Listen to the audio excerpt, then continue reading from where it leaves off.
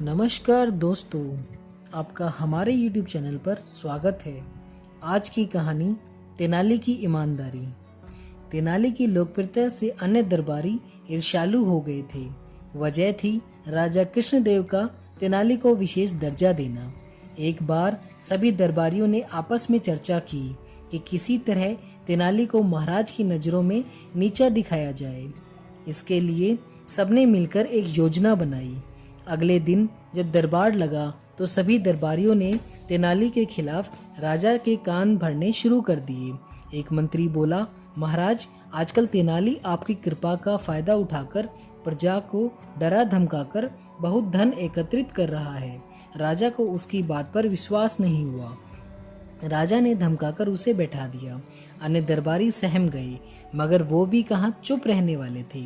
अगली सुबह सभी ने चाल चलकर एक गरीब किसान को दरबार में पेश कर दिया। उस किसान ने कहा, महाराज, तेनाली ने मुझसे काफी रकम ऐंठ कर मेरे खेत में शाही नहर से सिंचाई का पानी दिलाने का वादा किया था, लेकिन न तो अब तक पानी आया है और न ही वो मेरे पैसे वापस दे रहा है। राजा ने उस किसान को तेनाली के खिलाफ कार्रवाई करने का आश्वासन देकर भेज दिया।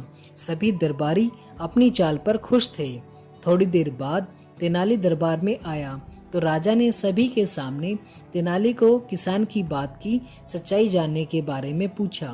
तेनाली ने बहुत सफाई दी, मगर कृष्णदेव राय ने तेनाली को दरबार से निकल जाने को कहा।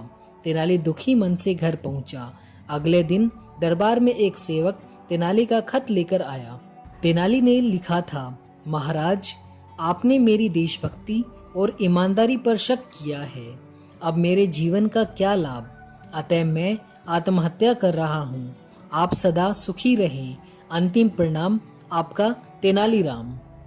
राजा खत सुनते ही तेनाली की याद में रोने लगे। सभी दरबारी जिन्होंने तेनाली पर झूठे आरोप लगाए थे, वे भी तेनाली को ईमानदार कहने लगे। सभी मन ही मन खुश थे कि चलो तेनाली से पीछा छुटा।